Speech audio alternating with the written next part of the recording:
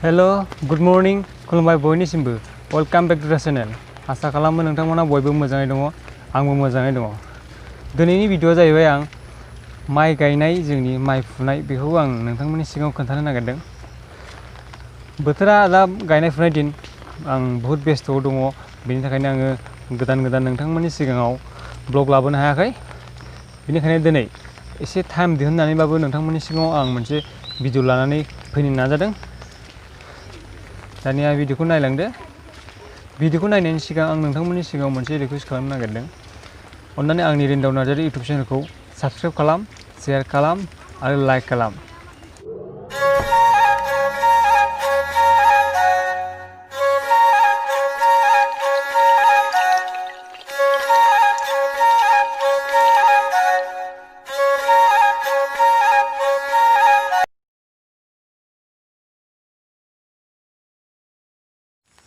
बे खुमब्राखौ सिरियैनि खाथेनानै दोनखाजोब्बाय आं जांख्रायाव जानांगौ हांसोजों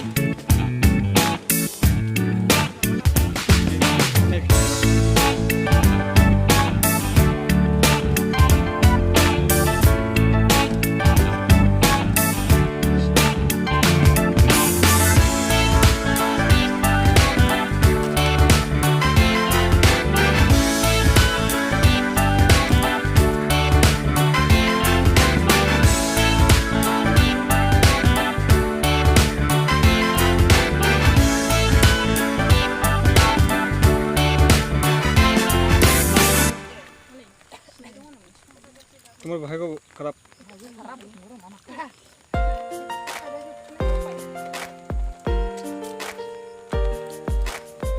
बोथोराबो गोदोनि बायदि थिनला नेयै गायनो हाया दाम गायनांगौ साननै सानथाम अखा हाबानो दुब्लिनि दैफ्राबो दावसि लोंनानै थाया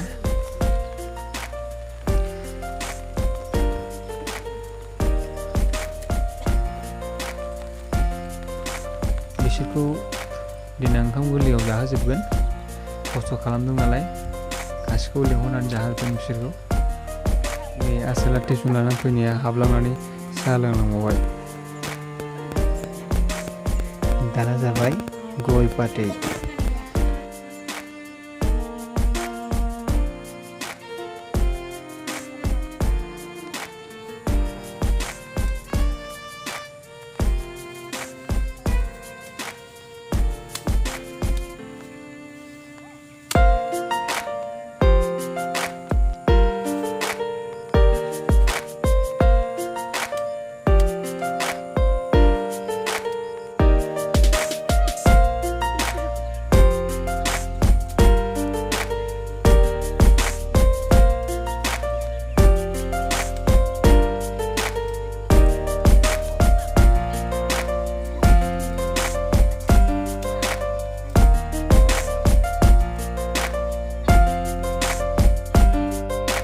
दानिया नै ट्रेक्टरखौ स्टार्ट खालामजेनसै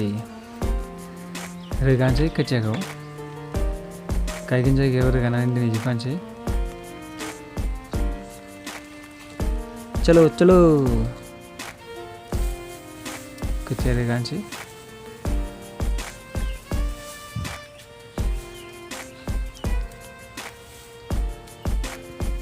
ओंखाम खहाबो मावबासो माथो ओरैनो थाबा ओंखामखौनो खहाबा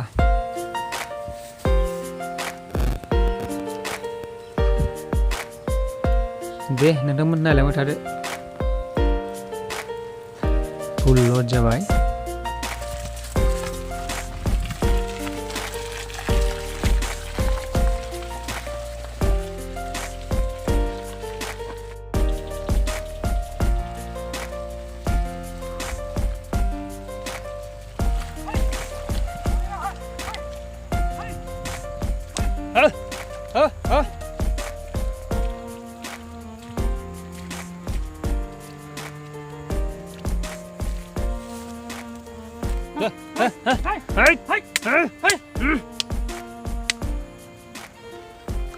बोनो हायाखिसै बावनो आनलड खालामनाय जासिगोन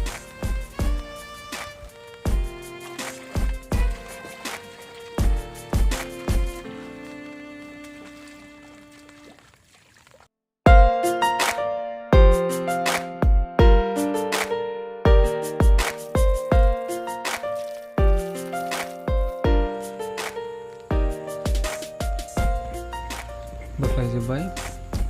बे गासैबो नुहुरनायाव गायगोन गाबोनहाय 10 बिगा दं मोनबाव माखासेखौ गायखांबाय खावसे दंबावो दहलाया